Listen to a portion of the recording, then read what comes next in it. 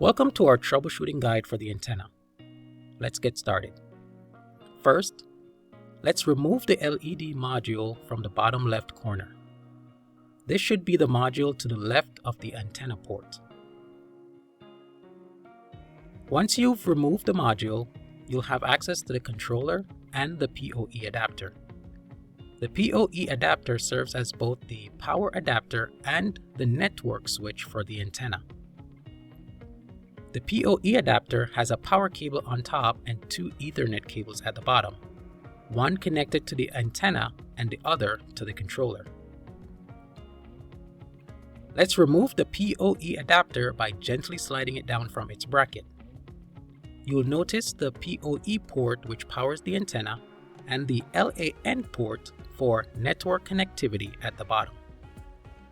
Now, we'll reseat the cables. Connect the POE and LAN cables back to the adapter. Then reconnect the antenna cable. Check for the power and LAN lights on the antenna. If both lights are on, the connection to the antenna should be good, and you can attempt to reconnect to it. If the lights aren't coming on, let's troubleshoot. Get another Ethernet cable to connect directly from the POE port on the adapter to the POE port on the antenna, bypassing the intermediate adapter to check the power. If the antenna powers up, replace the antenna cable. If it still does not power on, replace the POE adapter with these steps. Slide the POE adapter down from its bracket to remove it. Disconnect the Ethernet and power cables from the old adapter. Take the new adapter and connect the Ethernet cables to their respective ports. Slide the new adapter into the bracket until it's secure.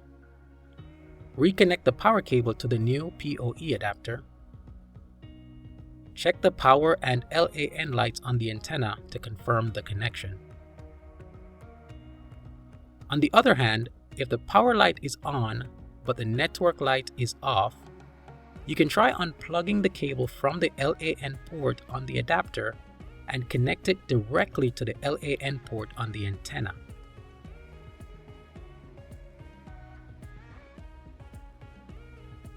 If that still does not work, you can try a new RJ45 cable from the controller to the adapter and see if the lights power on.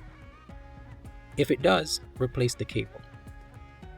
With these steps, your issue should now be resolved. Now, reinstall the module and mount the antenna. Make sure it's upright with the cable exiting from the bottom. Thanks for watching.